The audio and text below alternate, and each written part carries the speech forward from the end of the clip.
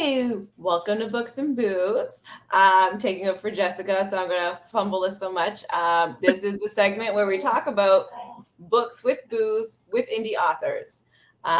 This is where Dawn Marie will explain everything, so I don't have to ruin anything else. Hi, everyone, and welcome to Books and Booze. And today's author, we have Kat Thomas. Hi, Kat. How are you? Good. How are you guys? I'm great. You want to tell us a little bit about yourself, where you're from, how long you've been an author? Do you have any animals? We like animals here. I do have animals. I have 2 cats and a dog, and I also have 3 teenagers. Do they count? Those count as animals, No, yeah. they definitely count as animals. Yep. So yeah, I have the 3 teenagers. I've been an author for about 5 years now. Just really pushing myself out there now. I have over 200 books. I grew up on the East Coast of or the Northeast of the United States. Currently, I live in the Southwest. That was a culture shock. I bet. My husband was in the Navy for 22 years, and we traveled the world with our 4 kids. So that's basically where I took all my inspiration from. That sounds amazing, though. Like, just to do that, I could not pick up and leave. Like, I've been born and raised where I am right now. To go to the other side of the country would just couldn't do it. I recently did it. It's fine. We don't like you for doing it, though. Moving is not fun, period. No, oh goodness, no. No. I think the hardest move that we had was going to Hawaii. I would love to live in Hawaii, though. That just sounds like a dream. I thought it was going to be a dream, and I particularly just didn't like it. It was really hard for me. I had two really young kids at the time, and being so far away from the Northeast was very difficult because that's where my support system is from. Yeah. So, like, moving to Florida, I was still a drive away from home. Going to Hawaii, there's no way home. Yeah, you gotta jump on a plane unless you own a private plane. Like, there's no way, right? Yeah, I didn't get to go back home. I didn't get to go back home for like 2 years, and that was difficult. Yeah, that would be, yeah. I guess vacationing in Hawaii and living there are two definitely different things. Yes. Like, our friends go and they'll go and stay for like 2-3 weeks at a time, and they have a blast. But with me, I lived there for 2 years straight, and trust me, with the prices and everything else, I was just like, no, not doing it. And the lack of pool boy too, right? Like, I imagine vacation, there's pool boys, but living there isn't. Well, I lived on a military base, and my husband was military. Even though he was deployed most of the time, I couldn't be looking at pool boys because I had a tattletale 3-year-old. Yeah, kids. They ruin everything. Kids. Yeah. Tell us a little bit about the book that you're going to be reading from. It's called Clouds Begin to Form, and it is the first book in a 4-book series. And it was originally started to be an erotica, but it turned into a very dark romance. I started writing it right when the pandemic hit, and where life just completely changed for everybody. I had all 4 of my kids at home at the time. My oldest was supposed to be graduating. So all the stress that I had from going from just being a normal mom to being a teacher to being a full-time mom. My husband was working from home. I just wanted to kill everybody. So it was my release. And the whole plot is this young woman is getting ready to graduate college, and she comes across that she has to finish the last credit, and the college threw one last curveball at her, and she needed to go to the one professor that she had a crush on her first year in college, and she couldn't talk to him. So she got really tongue-tied and she was just like so infatuated with him that she couldn't speak to him. And then he has to be the professor that she goes to work for. And little did she know, he had a thing for her as well, but he was so professional that he wasn't going to cross that line. He wasn't going to mess with one of his students. Then when she starts to go work for him, their entire lives just fall apart. His parents end up with trouble. Her parents are insane and they end up dying. But it very is a, I don't know how to say this. It's like a VC Andrews book from Okay. like her first couple series that she wrote. Yeah. Where it was just one hit after another, like the incest, the Flowers in the Attic was that was the main book that was incest and all that. Well, it's very much like it's actually been compared to Flowers in the Attic, and also the Heaven series that she wrote. Like two of my closest friends who would tell me, like, Kate, this is crap. Oh wow. Oh yeah, they'll be like, you're gonna edit that, right? When they read it, they were shocked. It was also compared to like one of Stephen King's books at one point, but I was just like, Stephen King writes Stephen King. That's right. He's his own like genre. Thing, right? He's got his own category. Got his own. You know, I'm not sure you can actually ever compare me to Stephen King, but thank you. Yeah. It's very dark. It hits all the places that most people won't even consider. All right. And I personally, I push the envelope. Like this book is, it's just nonstop. The hits just keep coming. The second book, same thing. The third book kind of slows down a little bit for them. And then there's also a spin-off series for this series as well. And then the fourth book is actually the prequel, but you kind of have to read the entire series before you read the it. And I wasn't planning on writing that at all, but I just couldn't leave it the way it was. Yeah. Things happen. Sometimes books just take a mind of their own, right? Yes. I will honestly tell you that, you know, I have, like I said, I have like 150 full-size novels, and none of them were actually ever planned to be what they are. Only very few, like my erotic, because I'm a multi-genre author as well, so I don't write just dark romance. I also write erotica. I write science fiction.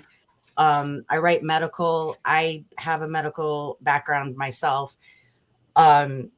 These things just continue. I just change. I wrote vampire, werewolf, angel, all the fantasy things that people are interested in. And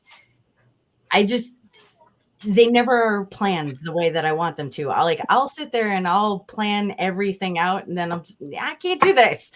My character. Yeah. Lots of happy little accidents. That's lots of happy little. It's kind of like I like that term. Yeah, the kids, my kids too. Yeah, little. Well, sometimes happy. You gotta say it, right? Like, oh, they're precious. Yeah. Yeah. If I don't hurt you, I love you. Yeah, I have three. I have all four at home still, and they're teenagers, and one's 20. So like, it's chaos. I'm never bored. That's the positivity spin I put on that. Is I'm never bored. Well, I have a 20-year-old who's going to be 21, and she lives in Texas right now. And then I have a 19-year-old, a 16-year-old, and a 14-year-old. And my three oldest are girls. My youngest is a boy, and I'm finding out that the boy is completely different. Mm-hmm. Yeah. I find for the boys, they're a little more difficult, but as like the girls turn into teenagers. I want them all to be boys. I'd rather just all boys.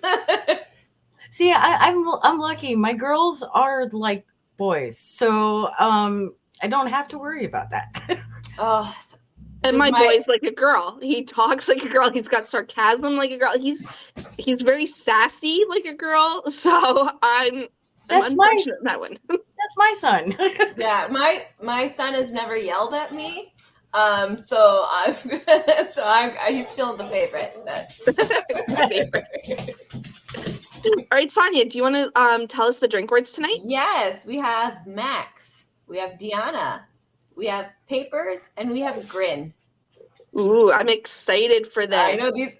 I like when names are words because you always know you're gonna get shit faced. Yep, that's exactly it. I got my That's drink why right I picked here. them. Yeah, I got 2 drinks. I got my coffee and Bailey's, and then I got my rum and Sprite. So I'm ready to go. I got my liter dupe Stanley cup here going, like filled to the rim. I'm ready. We're ready. All right. So, Kate, when you're ready, we'll just start. We'll mute our mics, and you get everything ready. Okay. All right. Whenever you're ready. This is chapter 2 of Clouds Begin to Form. As he told her he wanted to, or edit that. As he told her what he wanted her to do, she went to work on the other side of the desk from where he was sitting. She was looking at all the papers, and one by one, she was reading through them and placing Post-it notes with her notes, which then she passed the papers to him. And he looked over and glanced at the documents and then graded each. As he entered the grades into the computer that was on his desk, he waited for the next paper and she would hand it to him, finding that this system was working a lot better for him. They might actually finish the major stack of documents in a matter of hours instead of 3 to 4 days like normal for him. He was smiling as they worked, and he watched everything Deanna did as close as he could to the clicking of her pencil, to the thoughtful notes that she was writing on each of the papers. He was thinking of the class that she was in and her as a student. She had changed. She had matured quite a bit in the past few years. She had been one of his younger students in his first year of teaching. She was cute if he remembered correctly, but she was far too young to even look at. And he tried to ignore her and move on. She was not one of the females who came to him and to try to get a better grade or even to help when it was plain to see all she wanted to do was well in his class, though she was also grasping for the concepts. As he looked at her now, he was impressed with the 4 years' worth of change in her. Coming to him couldn't have been easy to do. He had garnered a reputation of being difficult, and he didn't mind that. If we're to work together, don't you think that we should know your major? He asked with a smile as he looked at her. She looked up from the paper. Laboratory criminalistics, she said, as she went back to the paper, and he could see that her working in a lab behind the scenes was a good idea. The thought was shocking, though she didn't seem to care about the high stakes of the field. It wasn't a good fit for the girl that she had been. And why exactly is being a TA part of the requirements for this, he asked, remembering why she was there sitting in front of him in the first place. Most of the students he never saw after his class. Apparently, I have to have some public speaking experience as well as office skills, she replied as she looked up to meet his eyes. She wasn't afraid to speak like she once was, and he wondered if she had become more comfortable in her skin as she got older, or if it was just she was more comfortable in her life. I guess I could see that, he said as he looked at her and began to grin. Professor, is something wrong? She asked. We'll be working together. Don't you think you should call me by my first name when the students aren't around? He said without thinking. Just call me Max. Deanna, she said as she went back to the papers in front of her, I'll need a copy of your class schedule to make your schedule for here, he said rather casually as he entered another grade into the computer. I only have 2 classes. Both are on Wednesday and in the afternoon, she replied, 1 to 6. Well, that makes it rather easy for us then, he grinned. He watched as she handed over the last paper in the stack I'm going to reread. Well, that makes it rather easy for us then, he grinned as he watched as she handed over the last paper in the stack that he had given her. He looked at the notes and then submitted the grades into the computer system yet again.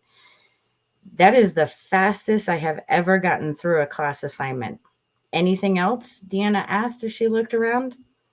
That was just 1 class. I'm afraid I have 6 more to get through, he said as he looked at her with his grin growing. Well, then I guess we should get back to work, Deanna said as she waited for him to hand over another stack of papers in the file. She started reading, and as she went on, she would pick out the critical points and jot them down so she could remember the assignment and how much she hated it herself. They managed to work in silence most of the time, and every once in a while, the pair stole a glance at the other or at the paper that was passed between the two. Deanna was comfortable in the silence. She spent most of her time working on papers for her postgraduate degree. Deanna was already writing and researching for her dissertation, though she needed a few more years in the field with some experience under her belt to ever be taken seriously. When they were done with the 7 stacks, she looked around to find that he seemed more relaxed. He was watching the computer as it shut down, and then he placed it in his bag. He looked up to her as she was waiting for something. It's 5 o'clock. I'm surprised we got done before tomorrow. I think this might work out well, Miss Watson. Deanna, I mean. Well, Perfect Max, she said as his eyes flashed. I can do this anytime, but I will have to read over my notes for each assignment for the stuff later in your class if it hasn't changed too much. I wrote the course 2 years ago, so you'll have to sit in on the class lectures and you can help with the assignments that way. When I did, unfortunately, I wasn't thinking about the amount of paperwork, the more homework and papers that I would actually be assigning. I have to wait to redo the course again if I'm picked up for next year, Max said as he began to sit back in his chair. Why wouldn't you be picked up? Deanna asked. Well, teaching wasn't something I ever planned on doing. I was asked to develop a new course for those getting into the crime scene fields. I thought it would be a good idea because what they had been teaching wasn't relevant to what we actually did when going over a scene. I watched too many people burn out because they didn't know what they were walking into, he said as he removed his hands from his desk and then steepled his fingers. The problem was I had no idea what it was like to be a professor, so the school offered me this position for 5 years while I work on new major requirements and courses. My 5 years are up at the end of this year. But didn't you give up your career in law enforcement? She asked as she stared at him. No, I didn't, he said with a half grin. So I've been working as a consultant for the different departments in the area as a second pair of eyes for the detectives while I did all of this. The real problem is, of course, this course is no further along than it was 5 years ago. I did build the entire course and have everything laid out for them to look at. But like you, they keep changing things all the time. And that's the end of that chapter. Nice. Great.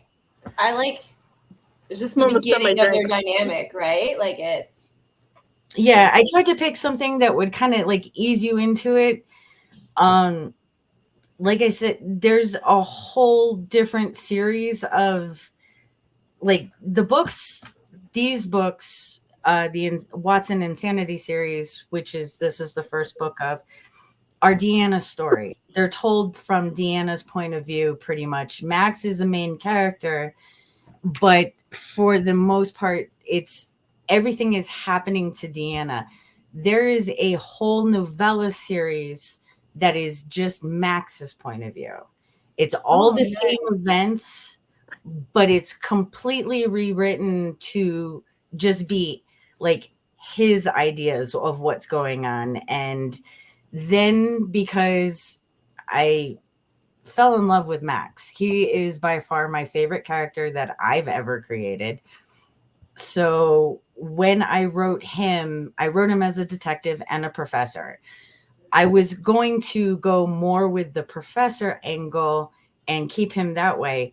But instead, I went back in time and created the detective files, and it's all of Max's cases. So okay. you get the true crime element and the mystery and the solving of different crimes. So he actually has 4 series by himself. Oh wow. And he is written into another series, but you can read every single one of these books standalone. Oh, that's great. I made that very specific. So like you could pick up the second book in this series. I can't remember the name of it right off the top of my head. You wrote 200 books. I'm pretty sure that you get a pass on that. Yeah. It's called Breaking the Eye Wall. So if you are reading, or is it Breaking the Eye Wall? That's the third book. That's great. But so you can read Clouds, and if you fall in love with the book, great. If you don't fall in love with the book, that's okay too. There's other books out there. But you can pick up the Breaking the Eye Wall or the Clouds part, or what the hell is this book's name? I grabbed every book but that one. It's book 2. Yeah, whatever book. Hold on, I'm sure I have it in the crap. I don't. Wow, that's embarrassing. You can pick up book 2, or you could pick up book 3, or you could start with book 4 and then go into, because book 4 actually leads right back into the circle of Clouds. And then you could also like read one of Max's books on like the detective series, and each one of those is standalone. They do have a storyline that ties them together, but it's not overwhelming that you can't figure it out as you go. So you don't have to start with, the TikTok or the TikToker's death, which is the first book in that one. You could start with book 5, which I believe is called Dark Tales. Or you could go to book 8, and that's an 18 book series right now. Wow. That's fantastic. I know everyone is just like, how do you do that? For the month of May, I've written two full-size novels already just for May. That are like, that's normal for me. For January, I finished 12 books. I wrote Wow. and now they're being edited by my editor and my proofreader. But like 5 of those 12 are 100,000 word novels. So it's like they're full size, straight up novels, whereas some of them are just added to a series. Like for that one, 2 books were for the novella series for the case files. 4 of them were erotic, to carry on the my erotica series. I have 4 of them going on right now. So switching back and forth is fun. That's what. Yeah, that's great. I like that. I like that a lot. I like write stories for my kids and stuff, and I'm always like bouncing back and forth to all of them. And I feel like, but like they all finish eventually, but like it's just working on all of them at once, and I just thrive more in the chaos of. I do too. Yeah, I love it. And it just never stops. Like if I see one idea on TV or something like that, and it's not like I'm rewriting what I saw, I'll take it and I'll completely run with it. Now, like my daughter and I, my youngest daughter who's 16 and I have a joke. We both like snails. I don't know why we both like snails, but we both like snails. And a couple of years ago, we're both into science. I have a medical background. She wants to go into the medical field. So we were just looking at NASA pictures, and NASA had released pictures from Pluto, and it had a thing on it, and the thing moved. So it kind of looks like a snail. So we named the snail. And I know this is just so weird. And this is what I encourage my kids. My kids do not have normal parents, to say the least. Their father was on a submarine for 22 years and their mother's crazy. But like we named the snail. While we were on vacation, she comes to me and she goes, "Did you ever write a book about sriracha, which is the snail?" I said, no, I didn't. And she goes, "Well, you need to." Yeah. And I was like, okay, should I make how should I do this? And she goes, "You need to write alien porn, Mom." So guess what I did while we were on vacation? Alien porn. Why not? That is one that I haven't done before. I've done the BDSM, I've done the kinks, I've done all that type of erotica, but now I'm moving into alien porn. That's where it's at. That's mine as well. We introduced Sonia to alien porn this Christmas. It was tentacles and tinsel or something. Yeah, we introduced her to it. It was fantastic. There was, yeah. This one's called No Space in Between, and I'm still not sure how a snail and a human are going to do anything, but I'll figure it out. Yes. Well, research. Snails have those like body parts that like their eyeballs go in and out. You could do something with that.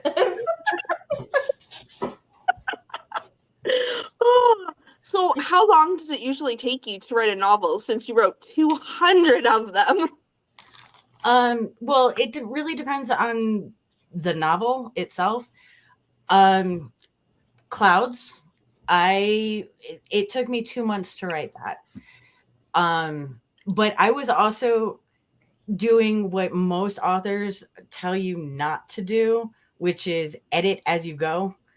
I was editing, I was rewriting as I went. So the entire process normally takes, for the writing part, it could be, the fourth book in that, I wrote that in 8 days. I kind of had a mental break, and I just wrote 10,000 words every day.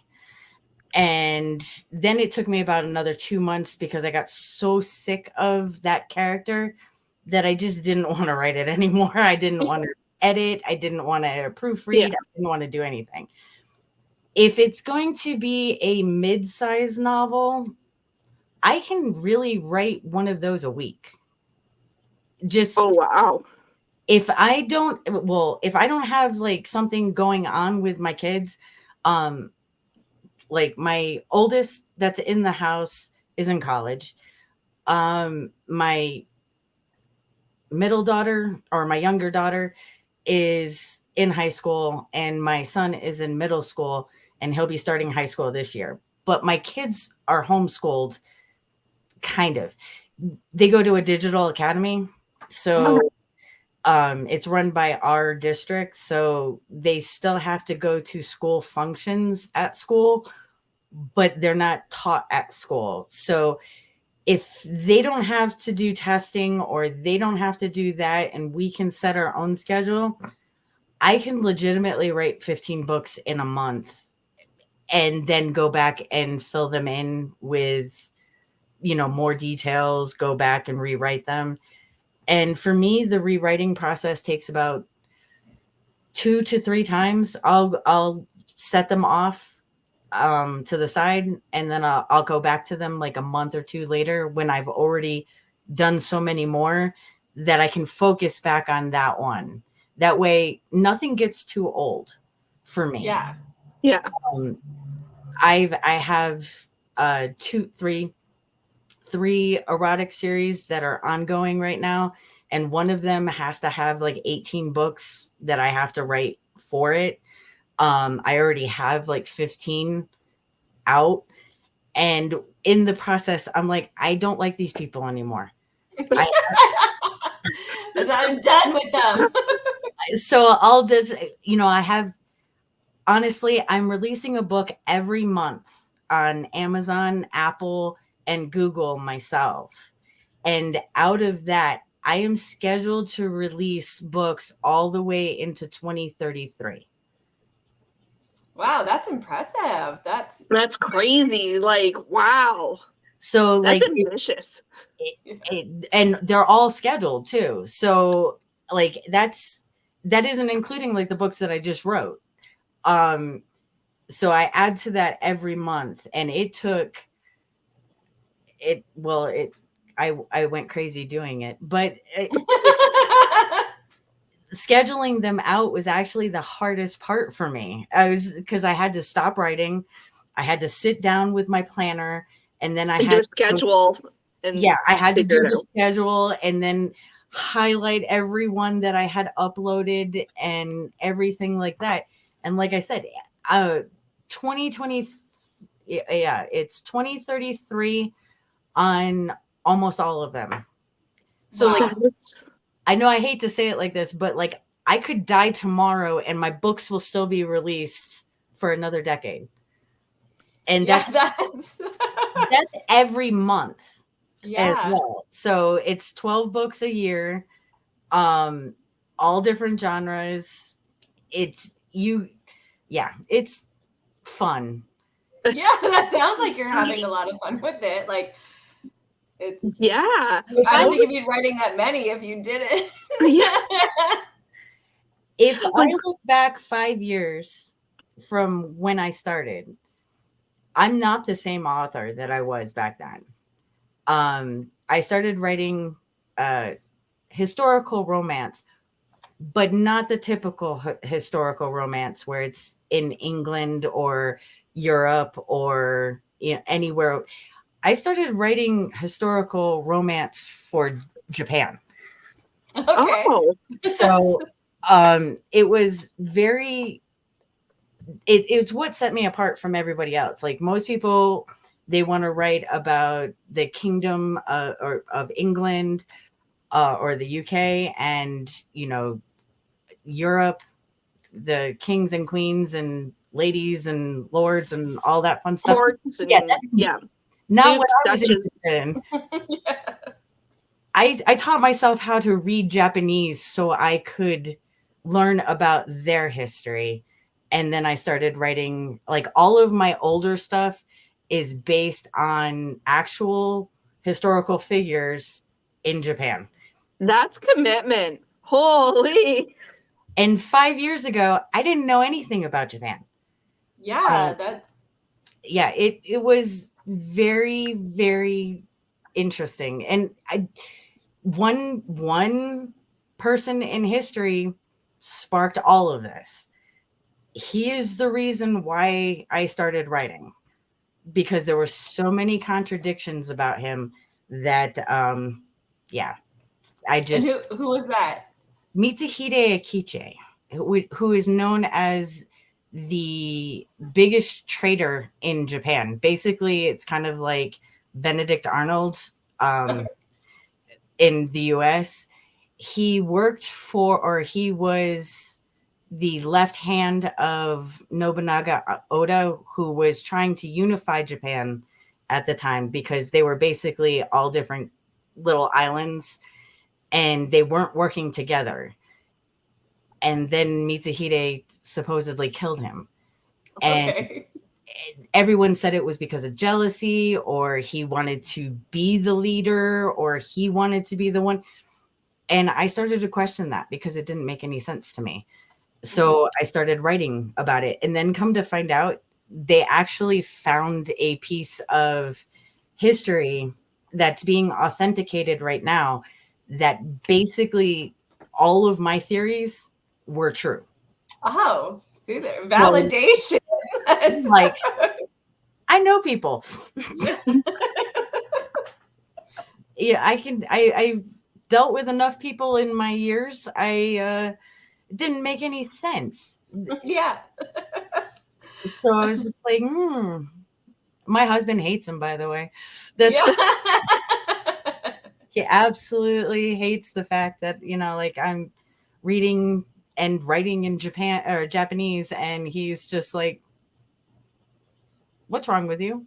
Yeah, I think that's amazing. I feel like that just makes your writing more rewarding, is when you learn a new skill from it. That's how I feel. Like, if you're learning something in life, it's just knowledge is the best gift.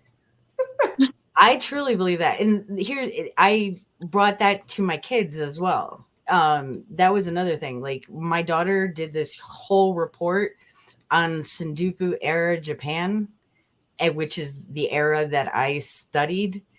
And she was just like me. She talks a lot.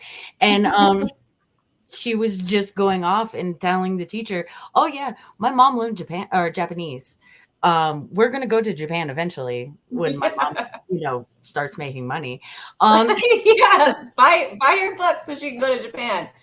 Oh, you want to hear embarrassing?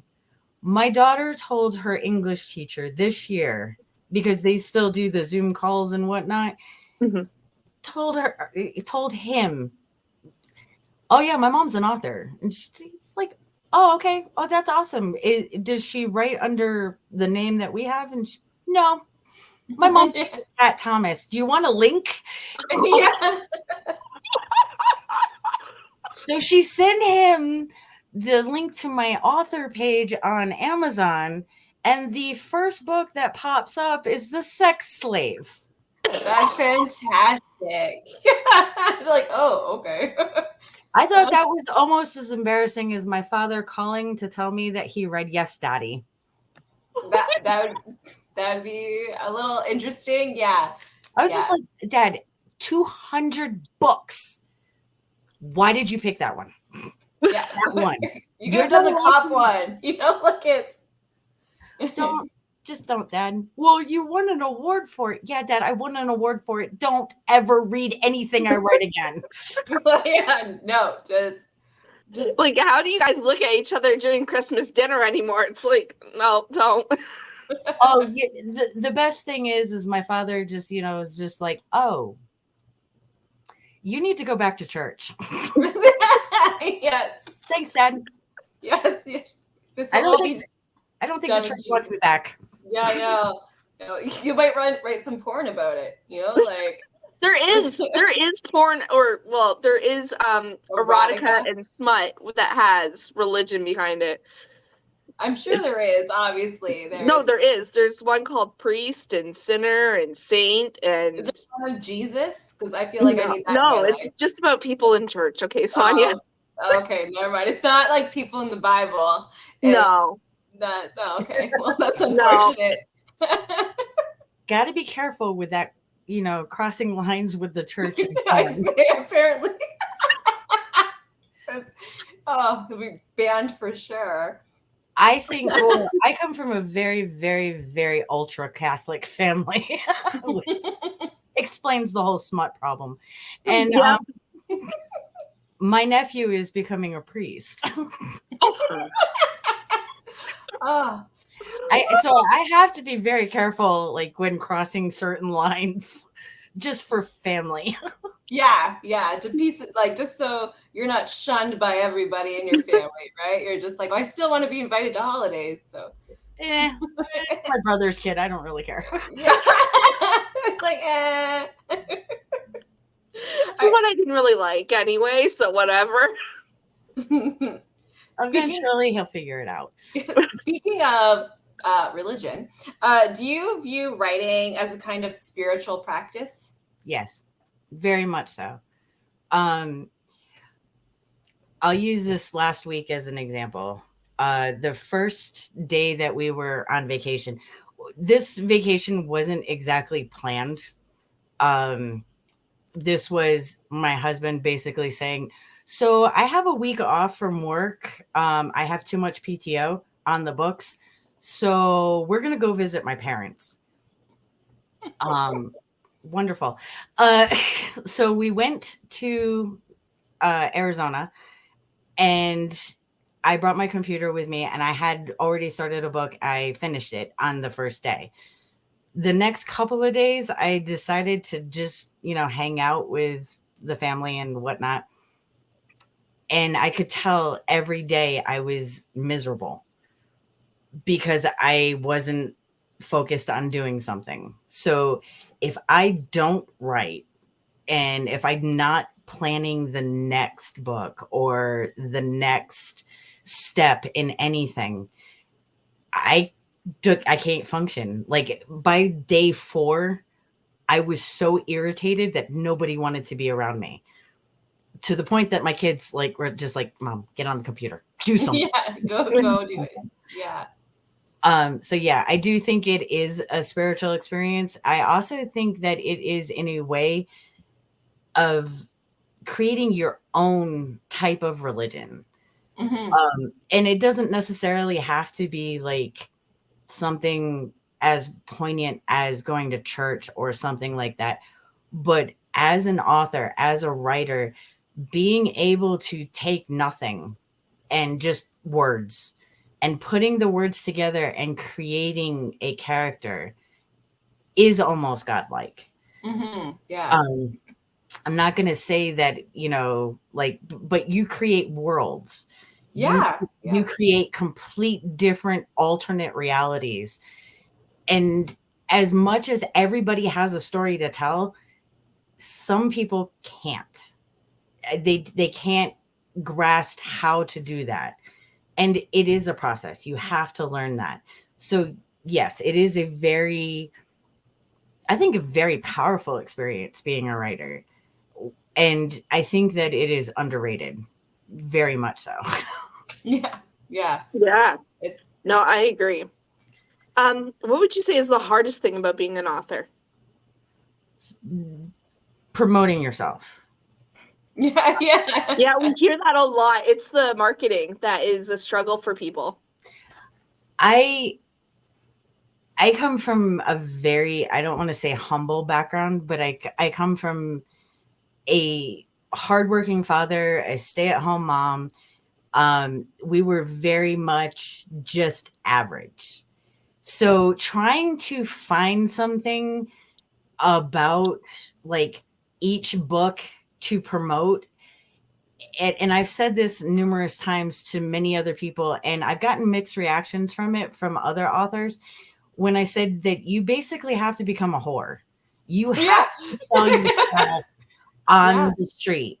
And it's not the book that you're selling. I mean, selling the book and trying to get, people to read a specific book, but you're selling yourself. Yeah.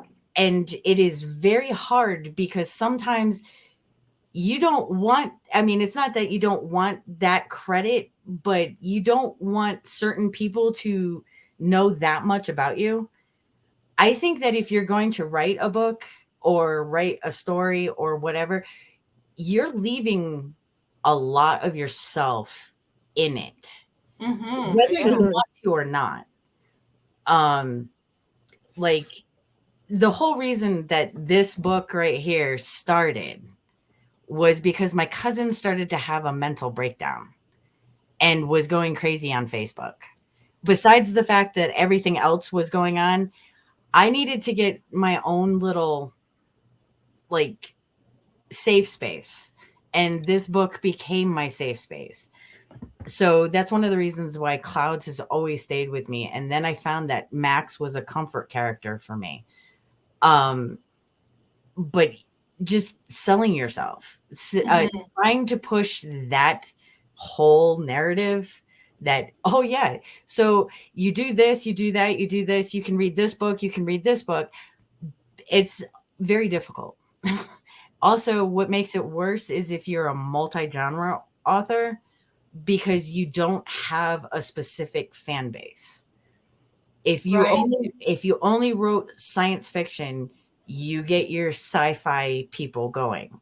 Mhm. If you only write romance, you have romance followers. You never know what book is coming out at any, well, half the time I don't know what book is coming out at any given time. But if it's science fiction, or if it's romance, or if it's I'm trying to think, werewolf or whatever. Oh, paranormal, yeah. I mean, I do have a lot of different types. The subgenres always get me when I'm talking about like paranormal or fantasy or science fiction or anything like that, because you kind of like have to be very specific. And sometimes I can't be specific because I can't remember. Yeah. Been It's there. but you don't get this. You have to sell literally as a multi-genre author yourself. I have people who follow me for my erotica. I have people who follow me for my romance. And then I often hear constantly, well, you should do this more. You should do that more. And I'm like, I have 100 and some odd books that are still yet to be released. You're going to get more. Trust me. Just wait. Yeah. Yeah. Be patient. Be patient. Yeah. You said you're a multi-genre author, which is awesome. Is there a genre you won't touch that you just have no interest in dipping into? No. Yeah, you're like, I'll do everything. One thing that when I started to write and publish, the one thing that I said was, there's no subject that I won't touch. And I will try and be as respectful as possible to people. So like if I do have a book that has sexual assault in it, I will let people know beforehand. But I also think that all subjects, even the majorly taboo ones, should be discussed, should be read. Because once we forget that those things happen and we don't have this conversation, we've lost as a society. No, I agree on that. As an author, it is a huge responsibility. My cats just decided to attack my feet. I think as an author, as a storyteller, you have to be able to touch the things that you don't want to touch. A good example that I have in, like I said, Clouds, it should have a lot of trigger warnings, and it doesn't, because when I wrote that, I wasn't in the right place to have trigger warnings, and I have to adjust that now. Because we do talk about rape, we do talk about incest, we do talk about satanic rituals. We do talk about a whole bunch of different things that could be triggering to a lot of people.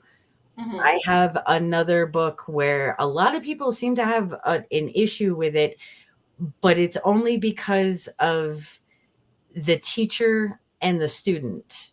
And they're not teacher and student at the same time where they have a relationship. It was the student graduating and then having a relationship with the teacher. But that is also one of my other major books. It's called Dust of the Stars. but like another book where we're talking about mental illness in children, and how no matter how hard it is, it has to be addressed. Of course. Yes. Yes. And that stigma. Talk about it. Exactly. And I think as authors, we have a duty that we have to do that.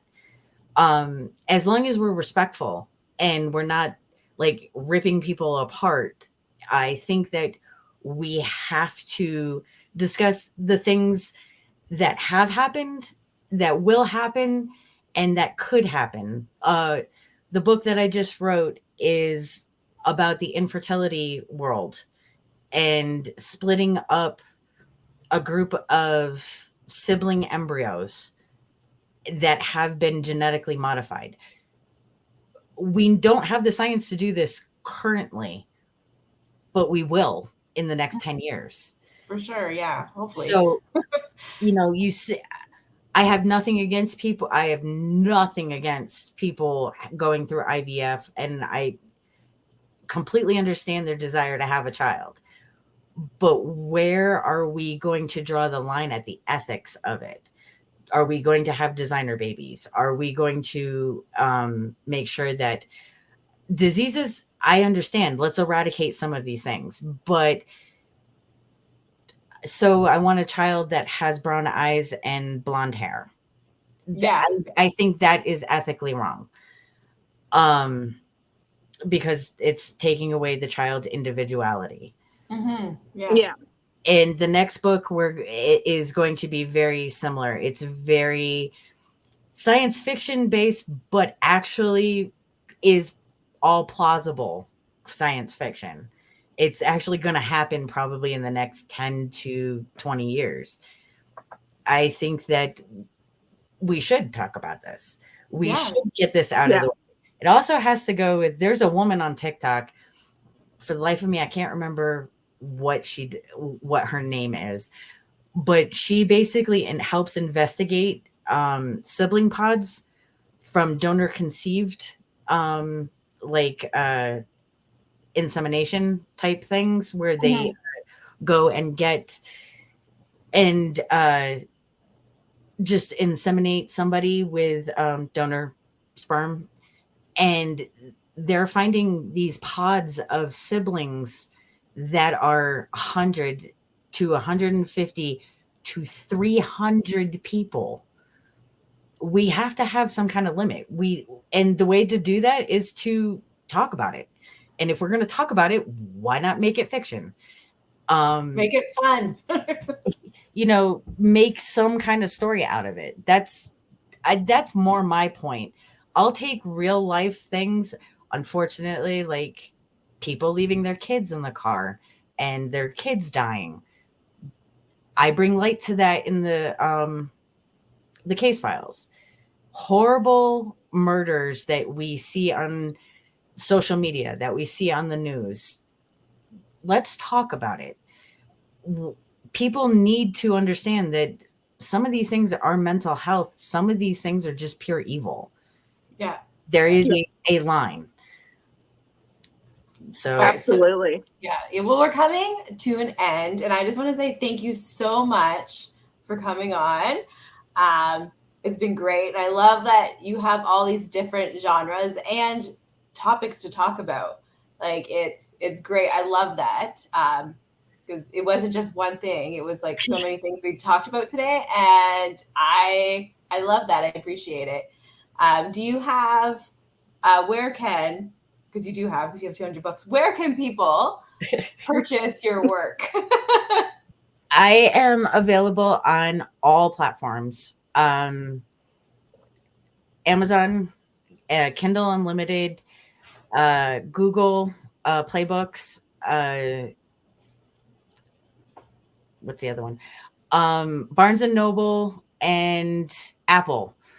My books can also be found at different stores and also on Kobo, which I'm not sure exactly what that is, but it's like another Amazon Kindle. That's what it is. For Canada, right? Yes, they're just getting into the States now. Okay. Some of my books are there. I also have a Patreon where a story is, well, not just a story. There is release every day for the next year. So everything has been scheduled out again. That's fantastic. So if you like join Patreon, that helps support just me, and there's multi tiers, and you can get whatever type of thing that you want. I do have a special section for the erotica because obviously not for kids under 18, Yeah, and I'm not going to get in trouble for that. that's right. But everything else is available basically everywhere that you can find books.